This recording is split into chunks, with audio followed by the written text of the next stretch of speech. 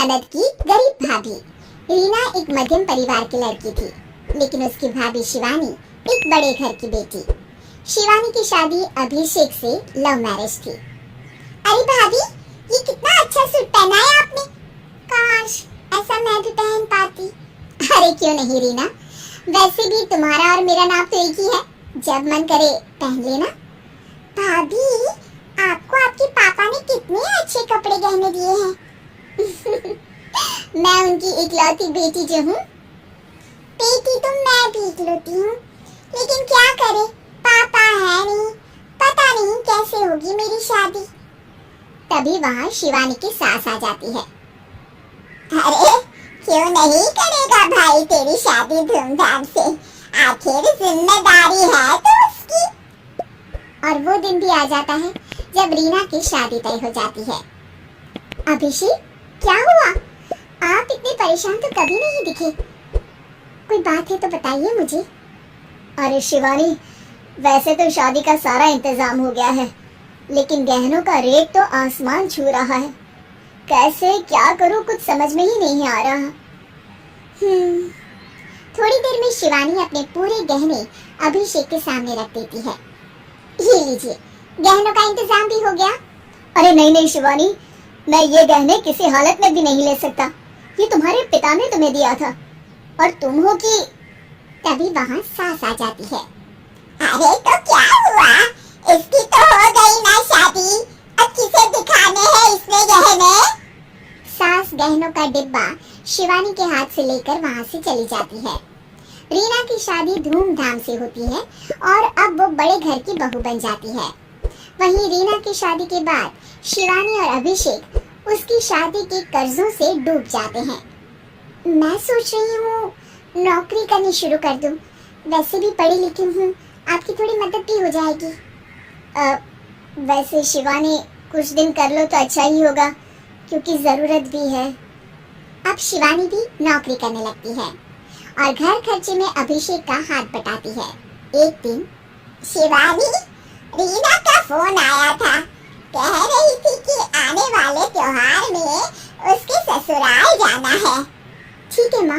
अरे ठीक तो है, लेकिन एक काम कर लेना, उसके सास ससुर से लेकर पूरे खानदान के कपड़े मिठाइयाँ सब ले आना, और हो सके तो रीना के लिए छोटे से कान में पहनने के बूंदे भी। और क्या है ना, शादी में उसे सारी बड़ी बड़ी काम की ज्वेलरी दी थी, घर में पहनने के लिए तो उसके पास कुछ भी नहीं है। शिवानी सोच में पड़ जाती है कि वो क्या करे, क्योंकि कर्जों और घर के खर्चों के बाद तो पैसे बचते ही नहीं थे। शिवानी फिर अपने पिता को फोन करती है और उनसे पैसे मांगती है। देखो शिवानी, मैंने तुम्हें शादी के वक्त ही मना किया था कि ऐसे घर में शादी करनी ही नहीं चाहिए। अरे अभिषेक को शर्म आनी चाहिए जो ससुराल से पैसे मंगवा रहा है। शिवानी को पिता की बात पर गुस्सा आ जाता है।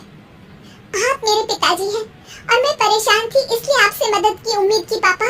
अभिषेक को तो पता भी नहीं है कि मैंने आपसे पैसे मांगे हैं। शिवानी सोचती है कि वो अभिषेक से बात करे, लेकिन फिर उसे लगता है कि वो टेंशन ले लेगा।